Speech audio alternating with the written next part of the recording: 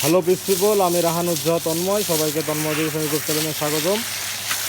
আজকে আসলাম গরুর দুপুরের যেটা মেইন গোসল। আমরা গোসল দিনের ভিতর 4 বারও দিয়ে থাকি, সর্বনিম্ন 3-4 বার, আর সর্বোচ্চ 5 বার 6 বারও হয়ে থাকে। যেটা আপনার মেইন গোসল, দুপুরের গোসল, সেই গোসলের কিছু দৃশ্য আপনাদের আজকে দেখাতে আসলাম, আর কিছু গুরুত্বপূর্ণ কথা বলার জন্য আসলাম। ধীরে ধীরে সাথেই থাকুন। আর আমি প্রতি ভিডিওতেই বলি, আপনাদের যদি কোনো বিষয়ে প্রশ্ন থাকে তাহলে আমাকে অবশ্যই জানাবেন। আমি আপনাদের রিপ্লাই দেওয়ার সর্বোচ্চ চেষ্টা করবো আমার জ্ঞান থেকে, বা আমাদের নিজস্ব ডাক্তার আছে, ডাক্তারের ইয়ে থেকে। যাই, এখানে আমাদের যে নতুন বাচ্চাগুলো আছে, সেই বাচ্চাগুলো আপনাদের আমি বলি, এই গরমের মধ্যে আপনারা গরু বাছুরকে যত রিল্যাক্স ফিল করাবেন তত আপনাকে তারা ইয়ে দিবে।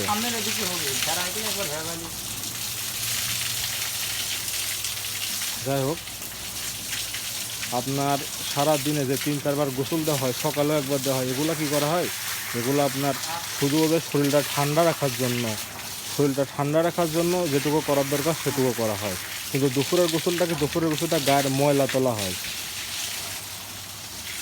এটাই হলো পার্থক্য। আপনারা চেষ্টা করেন আপনার গরুগুলো সবসময় একটু ভিজিয়ে রাখতে, কারণ যে দিন যাচ্ছে আপনারা আপনাদের নিজেদের চিন্তাটা একটু করুন, আপনাদের কেমন ফিল হয়। আর গরু বাছুরের কথা তো তাহলে আপনারা বুঝতেই পারবেন।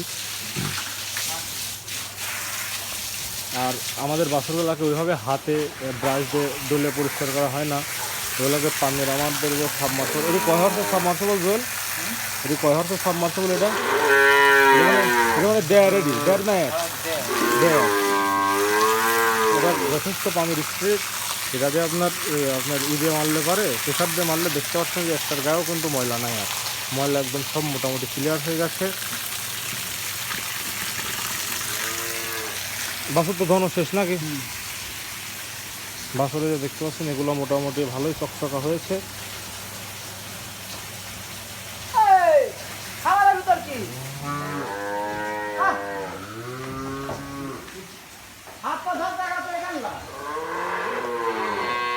ওটা কি? ওইটা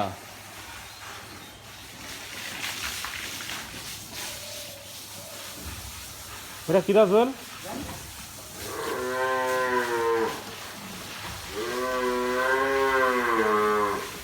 এই আনার ভাই, লোক আসে কা ভিতরে? এই যে এগুলা আপনাদের আমি দেখাই, এগুলো আমাদের বাচ্চা, বকনা বাচ্চা, এগুলো আমাদের ফিউচার গাভী। এগুলার মায়ের খুবই ভালো ভালো রেকর্ড আছে। আর সার, এর মায়েরই এত ভালো রেকর্ড, আর সারের রেকর্ডটা অবশ্যই ভালো, কারণ আমরা কোনো কম দুধওয়ালা সার দিয়ে বীজ দেয় না। এগুলো আপনার মিলভিটার সারের খুবই সুন্দর বাচ্চা।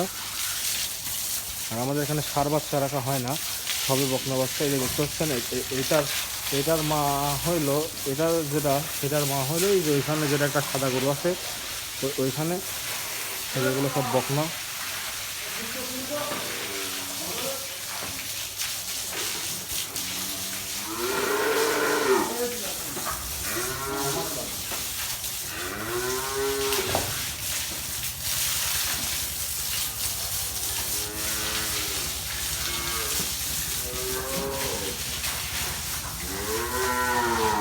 দেখুন কি দক্ষ, কীভাবে কোন পাশে গরুগুলো ধোয়ানো হয়। প্রথমে আপনার কি করা হচ্ছে, প্রথমে আপনার শরীরটা ভিজিয়ে দেওয়া হচ্ছে। মানে প্রথমে ভিজানো হয়ে গেলে তারপরে আপনার যখন মানে ময়লাটা নরম হয়ে যাবে, তখন আর একজন এসে ব্রাশ দিয়ে আপনার টোটাল গাটা পরিষ্কার করে দেবে। তখন এই পাইপওয়ালা আর একবার এসে আপনার ঠিক মতো আর কি করে দেবে, ধোয়া দিবে। আর তখন ওইটা একটু ফাইনাল ধোয়া। এ পাশে আমার জুয়েল ভাই আছে।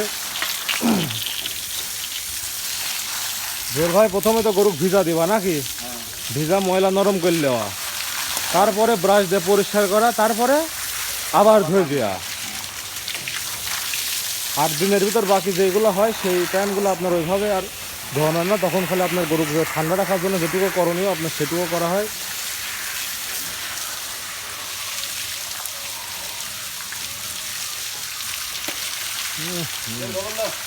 গোবর একটু গোবরও কিন্তু নষ্ট করা যাবে না। তবে গোবরটাকে আমরা ব্যবস্থাপনা আনতে আমাদের সরকারের এত পদক্ষেপ, ওই যে ওইটা গোবর কি নষ্ট করা যাবে তাহলে? একটু গোবরও কিন্তু পাইপ দিয়ে ধুয়ে দেওয়া যাবে না, সব আপনার প্রোডাক্টে পরিণত করা লাগবে।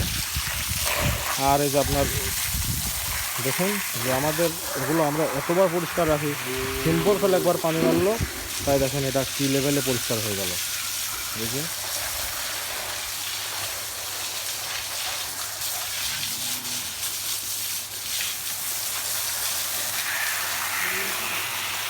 দেখুন, এদিকে গরুর গায়েও পানি মারা চলছে, আবার আপনার ঘরটাও পরিষ্কার করা হচ্ছে একবারেই।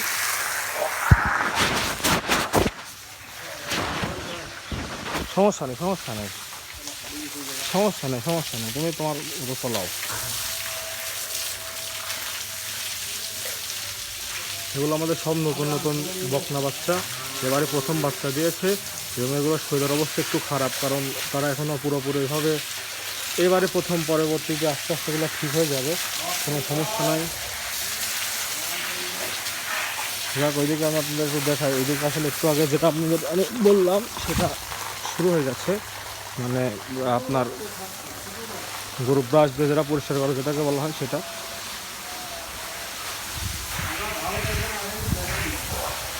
নাহলে আমাদের গরুগুলো অত গায়ে ময়লা থাকে না, দেখুন সবসময় চকচকাই থাকে, ধরুন আপনার অত এইভাবে পরিষ্কার করার কোনো দরকার হয় না, কারণ দিনে তো 3-4 বার পানি পরে আবার খাওয়ানো হয়, এই জন্য তার মতো ময়লা হয়েও মানেই হয় না।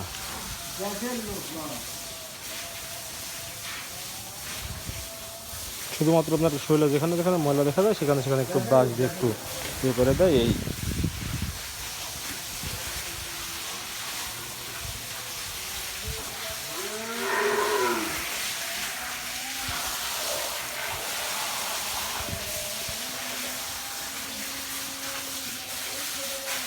তোমার এখানেও একটু ব্রাশ মারলাও, তোমার যে পিছনেও গোবর লাগবে ওখানেও একটু ব্রাশ মারলাও। জোয়েল, এই লোক যে তোমার গরু ব্রাশ মারি গরুর গোবর পরিষ্কার করছে, তো এর গোবর পরিষ্কার করবি কিটা? এর যে পিছনের গোবর ওটি সন্ধ্যায় পরিষ্কার হবে।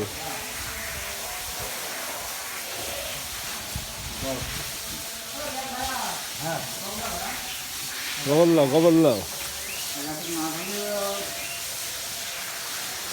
দেখ, এই গরু এদিকে আপনার ইয়েও চলে, গরু ব্রাশ করাও চলে, আবার আপনার ইয়ের মানে যে গরুগুলো যে মানে আবার পুনরায় তারা ড্রপিং করে সেগুলো মানে এক কথা যারা আবার গোবর দেয় তখন ওটা আবার তখনই সাথে সাথে তুলে দেওয়া হয়।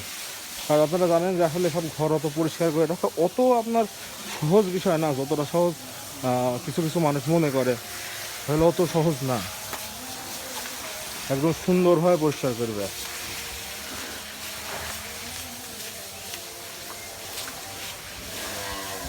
ভাই ভাই আমার এই ভাই এখানে নতুন কাজে আসছে, আমার জুয়েল ভাইয়ের সাথে ভাইয়ের কাজ করে খেয়াল লাগছে। ভাই আগে কোন কাজ করতেন আপনি? আগে কোন কাজ করতেন? আগে কাজ করলাম কৃষি কাজ, মানে খেতে লাগাই। ও আচ্ছা আচ্ছা, ধান লাগাই, ভুট্টে লাগাই, হ্যাঁ হ্যাঁ, গম লাগাই, এগুলো লাগাই। আমার এখানে আসছি গরুর খামারে কি এবারে প্রথম কাজ করছেন? তো গরুর খামারে কাজ করে কি বুঝছেন এই মাঠের কাজ আর এই কাজের ভিতর তফাৎ কি? এটাই ভালো, হ্যাঁ এটাই ভালো। এটাই ভালো। জুয়েল ভাই, আমি তাকে প্রশ্ন করলাম যে গরুর কাজ আর এই কাজের ভিতর পার্থক্য কি, ভালো কোনটি? কছে এটাই ভালো। ছেয়া আছে, হ্যাঁ ভাই, এটার মধ্যে ছেয়া আছে, হ্যাঁ ঠান্ডা আছে, ঠান্ডা আছে, গায়ে রোদ লাগে না, রেস্ট আছে।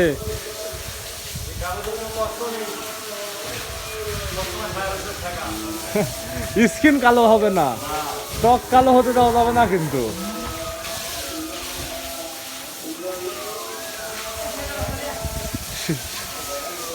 শেলের বাচ্চা একটা ধরে পুষতে হবে আবার, এক কথা শেলের বাচ্চা পুষতেছি আমরা। কে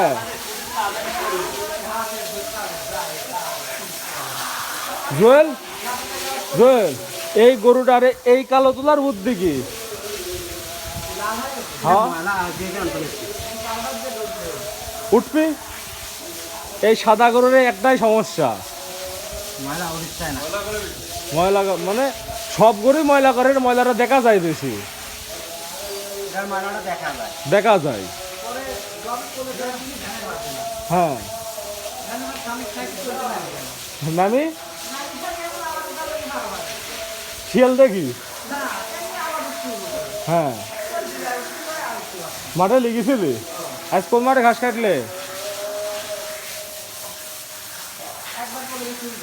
হ্যাঁ